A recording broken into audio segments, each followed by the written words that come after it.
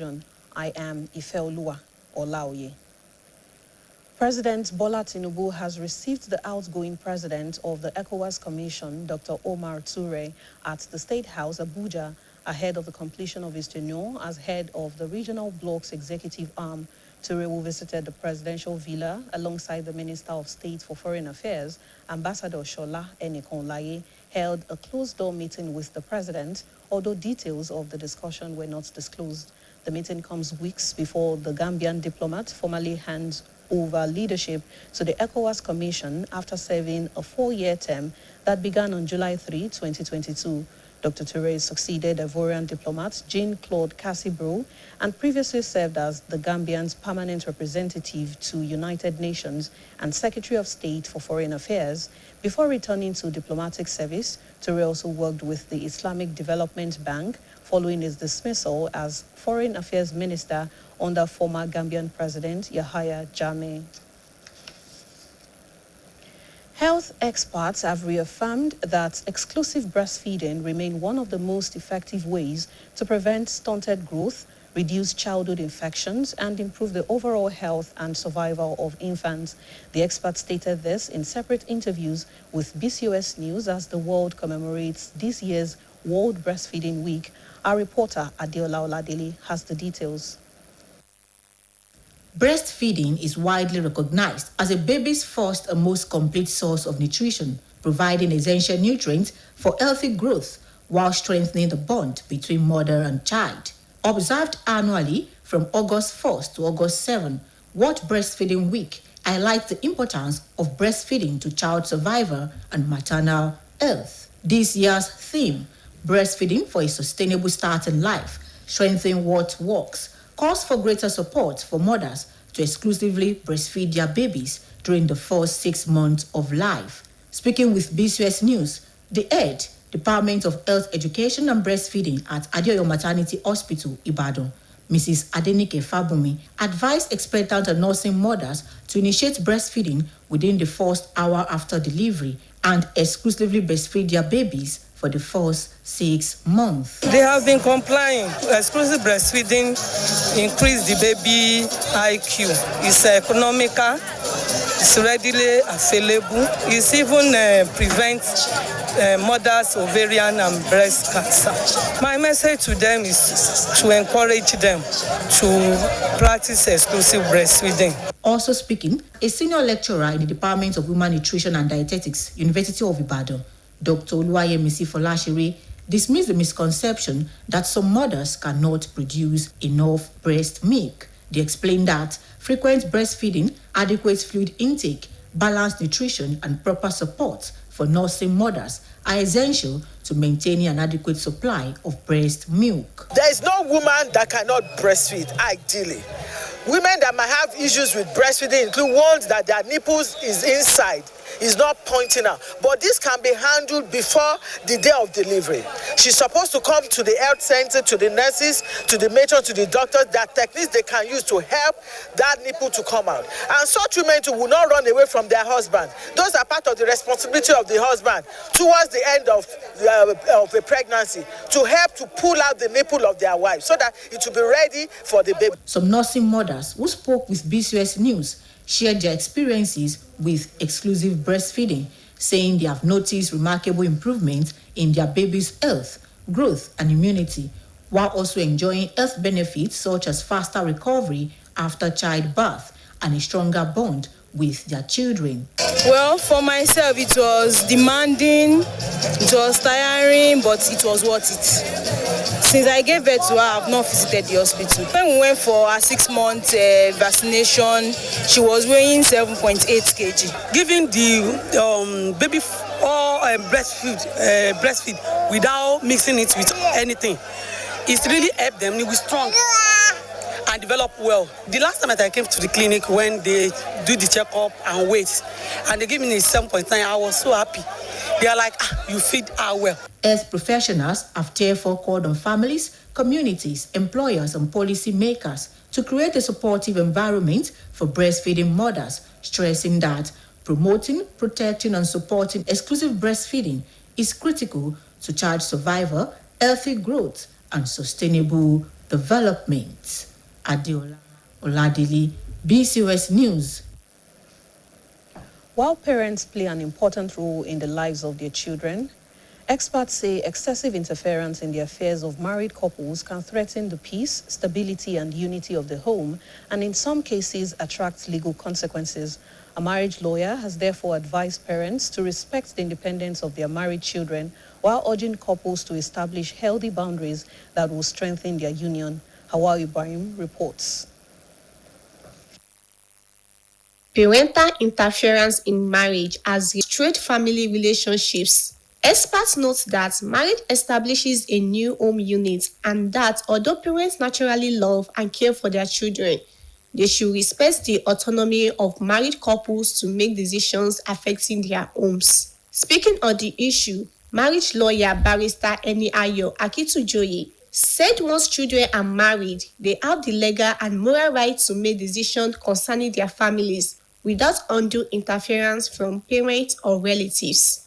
He maintained that although parents' advice remains valuable, couples should prayerfully and carefully make decisions they consider best for their marriage, adding that healthy boundaries, mutual respect, and effective communication are fundamental to building peaceful and enduring homes. Many parents do not know their boundaries when it comes to their relationship with their adult children that are married. Many of them believe that their adult children that are married still have a duty to obey them as parents. And so there is a lot of interference in the independence. Many parents don't even recognize that the home and the family of their children is not an extension of theirs. That, okay, the fact that I am Akintujoye and I have a son that is Akintujoye does not mean that his family is an extension of mine, so that I can just sit down and be giving orders directly to his wife and be dictating what goes on in their home. Many parents do not have this understanding that the family and the marriage of their children is independent, as what we lawyers call sovereignty and territorial integrity. Barrister Akintujoye further stated that husbands in particular have a responsibility to protect their wives and family from undue interference while maintaining honor and respect for their parents. He stressed that setting any boundaries should never be misconstrued as disrespect, but rather as a necessary step toward preserving harmony within the marriage. The legal practitioner also urged husbands and wives to take responsibility for managing relationships with their respective families, explaining that each spouse should address issues involving his or her own relative to prevent unnecessary conflicts between in-laws and strengthen mutual respect. As adults, you cannot afford to be a vegetable.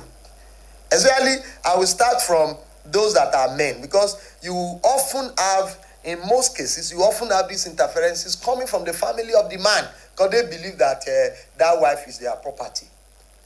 As a man, if you want that name, you cannot be a vegetable. You must be able to regulate your family. Barrister Akintujoye further noted that victims of harassment, intimidation, or threats by family members are entitled to legal protection. He explained that anyone facing persistent harassment or threat to life can report the matter to the police and, where necessary, seeking restraining order through the court to prevent further abuse. He advised parents to continue offering guidance, prayers, and emotional support without imposing their opinions or decisions on married couples. According to him, respecting boundaries, encouraging constructive dialogue, and allowing couples to make independent decisions are essential to promoting peaceful homes, stable marriages, and lasting family relationships. Hawa Ibrahim, BCOS News. BCOS TV is now on Niger TV app, and you can watch us from any part of the world. BCOS website is live. Kindly visit www.bcostv.com. You can also watch us on GoTV, channel 134 and channel 113 on Star Times. Now, before I go, security is everybody's business. If you see something, say something.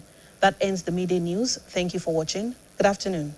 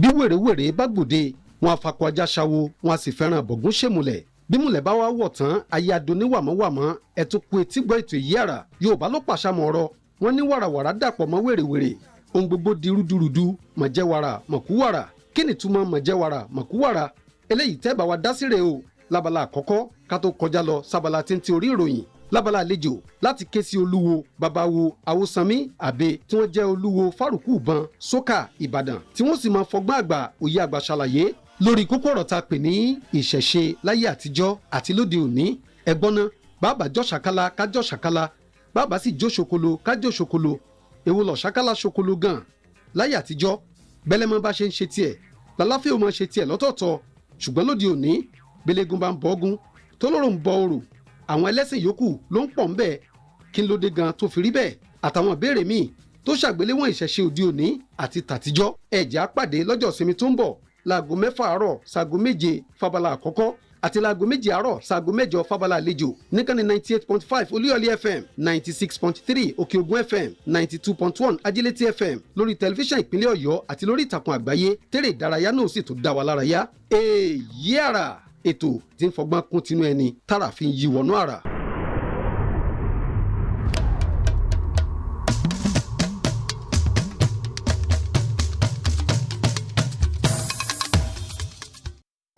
Iṣẹ́ àgbẹ̀ níṣẹ́ ilẹ̀ wa. Join your state government in its determined efforts to promote agricultural revolution. Support the government to guarantee food sufficiency, job creation, improved revenue generation, economic diversification, and industrial growth through the agricultural value chain. Let's go back to the land. Cultivate the land, plant food crops, fruits and vegetables, engage in livestock farming, embrace the agricultural value chain through agro-business practices. Let's help ourselves to guarantee food security, arrest inflation, and reduce cost of living. Together, it is possible. Powered by BCOS. Iṣẹ́ àgbẹ̀ níṣẹ́ ilẹ̀ wa. Unbeatable. That's the BCOS for you.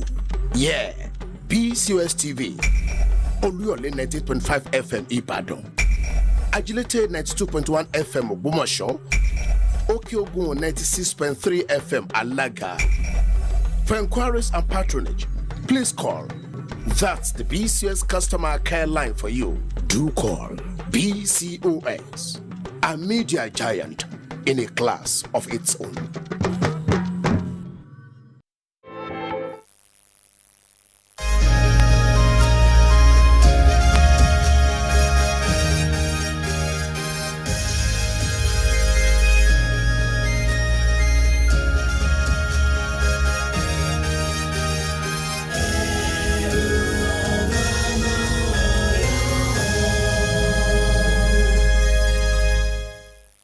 ẹ káàsán àpò iṣẹ́ látàárọ̀ ìròyìn ọjọ́ kan rí ni mo mú wá fún yín Bùnmi Elégbèdé lórúkọ tèmi.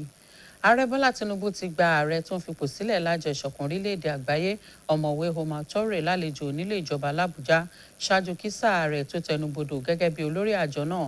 ọ̀gbẹ́ni Touray tó ṣàbẹ̀wò sí ilé ìjọba pẹ̀lú mínísítà fọ́rọ̀ ilẹ̀ òkèèrè ọ̀gbẹ́ni Ṣọlá Ẹnìkanòláyé ṣe ìpàdé àtilẹ̀kùn mọ́ríṣe pẹ̀lú ààrẹ Tinubu bó tilẹ̀ jẹ́ pé wọn kò sọ kókó ohun tí ìpàdé náà dálé lórí. àmọ́ ìpàdé yìí wáyé lẹ́yìn ọ̀sẹ̀ díẹ̀ ṣáájú kí aṣojú orílẹ̀-èdè Gambia náà tó fa ìṣàkóso àjọ orílẹ̀-èdè ìṣọ̀kan àgbáyé kalẹ̀ lẹ́yìn tó lo sáà ọdún 4 èyí tó bẹ̀rẹ̀ ní ọjọ́ 3 oṣù keje ọdún 2022. ọ̀mọ̀wé Touray ni ó gbapò lọ́wọ́ aṣojú ilẹ̀ Ivory Jean-Claude Cassé tí ó sì tún jẹ́ aṣojú títí láé fún Gambia ní ilẹ̀ Gẹ̀ẹ́sì àti akọ̀wé kejì fún ọ̀rọ̀ ilẹ̀ òkèèrè. àwọn akọ́ṣẹ́mọṣẹ́ elétò ìlera ti fìdí ẹ̀ múlẹ̀ pé fífọmọ lọ́yàn láì fi ohunkóhun là á jẹ́ ọ̀nà kan gbòógì láti dènà kí ọmọdé máa dàgbà bó ṣe yẹ, mímú àdínkù bá àrùn àti ìpèsè ètò ìlera tó péye fáwọn ìkókó. nínú ìrọ̀rọ̀wérọ̀ pẹ̀lú ikọ̀ ìròyìn iléeṣẹ́ wa ni àwọn akọ́ṣẹ́mọṣẹ́ náà ti ṣàtẹnumọ́ ọ̀rọ̀ yìí bí àwùjọ àgbáyé ṣe ń sàmì àyájọ́ ọ̀sẹ̀ fífọmọ lọ́yàn ti ọdún yìí. akọ̀ròyìn wa Adéọlá Ọládélé ṣe àkójọpọ̀ ìròyìn náà, àlàyé yòókù rẹ̀ lẹ́nu Olúfẹ́mi Ọ̀dẹ́kunlé.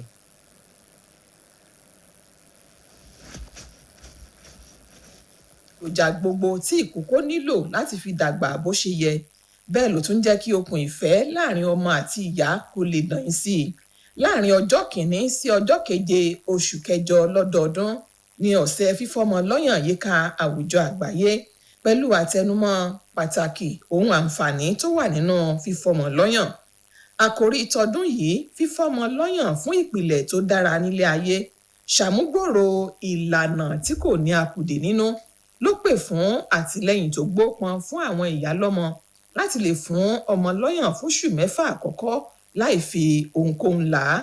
Nígbà tí ó ń sọ̀rọ̀ pẹ̀lú ikọ̀ ìròyìn iléeṣẹ́ wa BCOS, olórí ẹ̀ka fún ètò ìdánilẹ́kọ̀ọ́ lórí ìlera àti fífọ́mọ lọ́yàn nílé ìwòsàn Agbẹ̀bí Adéọ̀yọ́, arábìnrin Adéníkẹ́ Fábùnmi, gba àwọn aláboyún àti àwọn ìyálọ́mọ nímọ̀ràn pé kí wọ́n máa fún àwọn ọmọ wọn lọ́yàn láàrin wákàtí kan àkọ́kọ́ tọ́mọ délé ayé, àti pé kí wọ́n rí dájú pé fódìdí oṣù 6 àkọ́kọ́ ni kí ìkókó fi mu ọyàn láì jẹ oúnjẹ mìíràn pẹ̀lú ẹ̀. Ó jí pépé, ọmọ tá a bá fún lọ́yàn fún oṣù 6 àkọ́kọ́, ọpọlọ wọn máa ń jí pépé. Ó máa ń dènà kí ìyá ní jẹjẹrẹ ilé ọmọ àbí jẹjẹrẹ ti ọyàn. Then ó wà ní àrọ́wọ́tó wa. Kì í ṣe nǹkan tá a ṣẹ̀ṣẹ̀ máa sọ wípé mo fẹ́ lọ ọjà, mo fẹ́ lọ rà. Then ó tètè máa ń dà nínú àwọn ọmọ yẹn, kì í jẹ́ kí ara ọmọ, kì í jẹ́ kó wúwo. Olùkọ́ àgbà ní ẹ̀ka tí wọ́n ti ń kọ́ nípa oúnjẹ aṣaralóore nílé ẹ̀kọ́ gíga fásitì Ìbàdàn, ọ̀mọ̀wé Olúyẹmísí Fọláṣeré, ní irọ́ pátá ni pé ọyàn àwọn ìyá kan kò lè mú omi ọyàn jáde.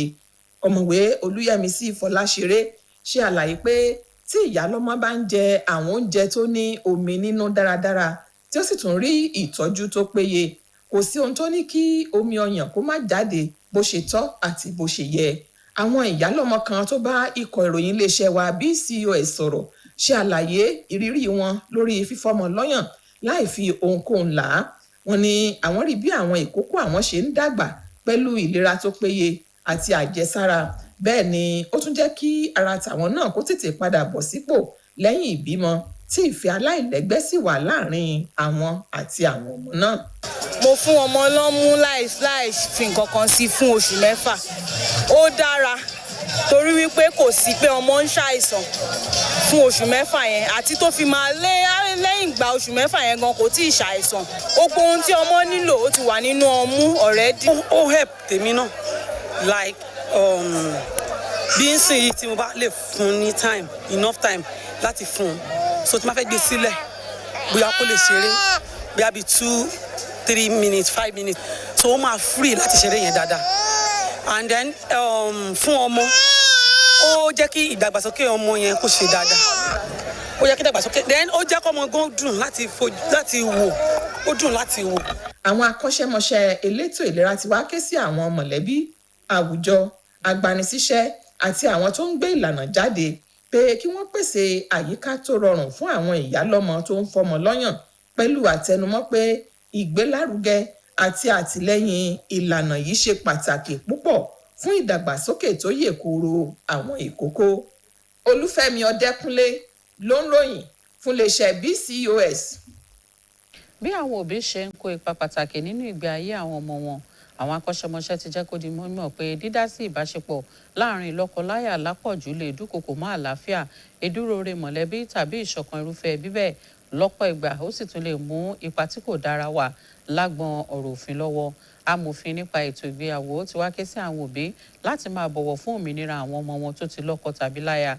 Ó sì rọ àwọn lọ́kọ-láya náà láti ṣàgbékalẹ̀ ìlànà tó tọ́ tí yóò ró ìgbéyàwó wọn lágbára sí i. Akọ̀ròyìn wa Awawi Ibrahim ṣàgbéyẹ̀wò ipa tí àwọn òbí ń dé bí wọ́n ṣe ń dá sí ìgbéyàwó àwọn ọmọ wọn ní lórí ẹbí. Ìròyìn tó kù rè lẹ́nu Elizabeth Orowusi. Bí àwọn ẹbí ṣe máa ń tẹnubọ ọ̀rọ̀ ìgbéyàwó àwọn ọmọ wọn ti jẹ́ ohun kan gbòógì tó ń dáwọ̀ sílẹ̀ nínú ọ̀pọ̀ ilé ní ọ̀pọ̀ ìgbà, tí ó sì máa ń yọrí sí ìkóniláyàjẹ àti ìdúnkokò, tí ó sì máa ń tú ìbáṣepọ̀ irúfẹ́ ẹbí bẹ́ẹ̀ ká. Àwọn akọ́ṣẹ́mọṣẹ́ ṣàlàyé pé ìgbéyàwó máa ń ṣàgbékalẹ̀ ẹbí tuntun, bí ó tilẹ̀ jẹ́ pé nǹkan tó fojú hàn ni pé àwọn òbí máa ń fìfẹ́ hàn tí wọ́n sì máa ń ṣe ìtọ́jú àwọn ọmọ wọn. Àmọ́ ó ṣe pàtàkì kí wọ́n bọ̀wọ̀ fún òmìnira àwọn lọ́kọ-láyà nípa bí wọ́n ṣe ń gbé ìgbésẹ̀ tó ń pa irúfẹ́ ẹbí bẹ́ẹ̀ lára. nígbà tó ń sọ̀rọ̀ amòfin nípa ètò ìgbéyàwó Ẹniayọ̀ Akíntúnjoyè sọ pé ní kété tí àwọn ọmọ bá ti gbéyàwó ni wọ́n ti ní ẹ̀tọ́ lábẹ́ òfin láti gbé ìgbésẹ̀ tó kan ẹbí wọn láì jẹ́ pé ẹnikẹ́ni tàbí òbí wọn bá wọn dá sí i.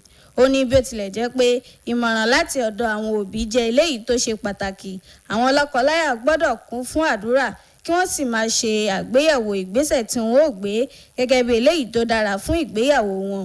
Láfikún pé ṣíṣe àgbékalẹ̀ ìlànà tó tọ́, bíbọ̀wọ̀ fúnra ẹni àti ọ̀nà ìbánisọ̀rọ̀ tó múnádóko jẹ́ ohun ìpìlẹ̀ àkọ́kọ́ láti ṣàgbékalẹ̀ ilé tí àlàáfíà ti ń jọba. Àwọn òbí tí àwọn ọmọ wọn tí ò ń ṣọmọdé tán ti wà nínú ìgbéyàwó, wọ́n gbọ́dọ̀ mọ̀ wọn ara wọn. Wọ́n gbọ́dọ̀ mọ̀ pé ìdílé ọmọ àwọn ìdílé tó dá dúró ni.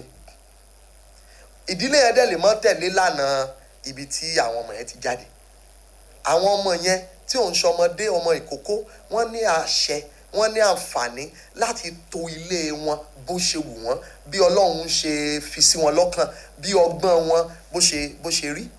Akíntúnjoyè tún tẹ̀síwájú pé àwọn ọkọ nínú ẹbí ní ojúṣe pàtàkì láti dáàbò bo ìyàwó wọn àti ẹbí wọn pẹ̀lú nínú dídá sí ọ̀rọ̀ ìgbéyàwó lọ́nà tí yóò mú iyì dání àti ìbọ̀wọ̀ fún àwọn òbí wọn.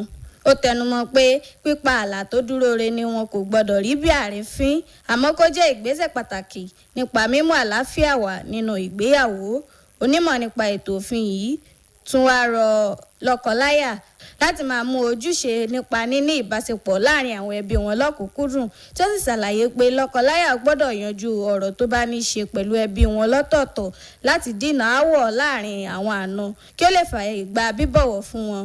Ìwọ gẹ́gẹ́ bí ọkọ, ìwọ ni ó yẹ kó jẹ́ olórí ogun tí ogun bá ń wá láti agbọn ọ̀dọ̀ tiẹ̀. Ìwọ ìyàwó, ìwọ ló yẹ kó jẹ́ olórí ogun tí wàhálà ń bá ń wá láti ọ̀dọ̀ àwọn ìdílé tiẹ̀. Kò yẹ kó jẹ́ ọkùnrin kẹnu rẹ kó sì kú, kó o mọ́ lè gbèjà ìyàwó rẹ jà, kó o mọ́ lè gbèjà ìdílé rẹ jà. Táwọn òbí tí yín ò bá ní ọrùn tí wọ́n bá mọ ìwọ̀n ara wọn, ó wà lọ́wọ́ yín láti fi wọ́n sí ibi tó yẹ kí ẹ fi wọ́n sí. Amòfin Akíntúnjoyè tún ṣàlàyé pé àwọn èèyàn tí wọ́n ti ní àdójúkọ ìfìyàjẹni, ìkóniláyàjẹ tàbí ìdúkokò látọ̀dọ̀ àwọn mọ̀lẹ́bí ni wọ́n lẹ́tọ̀ọ́ sí ààbò lábẹ́ òfin. Ó ṣàlàyé pé ẹnikẹ́ni tó máa ń dojúkọ ìfìyàjẹni, dídúkokò mọ́ ẹ̀mí ẹni, irúfẹ́ ẹni bẹ́ẹ̀ lè mú ọ̀rọ̀ náà lọ sọ́dọ̀ àwọn ọlọ́pàá àtàwọn mìíràn tọ́rọ̀ gbèrú kí wọ́n sì gba àṣẹ láti ọ̀dọ̀ ilé ẹjọ́ láti lè dẹ́kun irúfẹ́ ìwà bẹ́ẹ̀. Bákan náà ló gba àwọn òbí nímọ̀ràn láti túbọ̀ máa tọ́ àwọn ọmọ wọn sọ́nà nípa àdúrà àti ní ṣíṣe ìrànlọ́wọ́ tó yẹ láì ṣe pé wọ́n gbé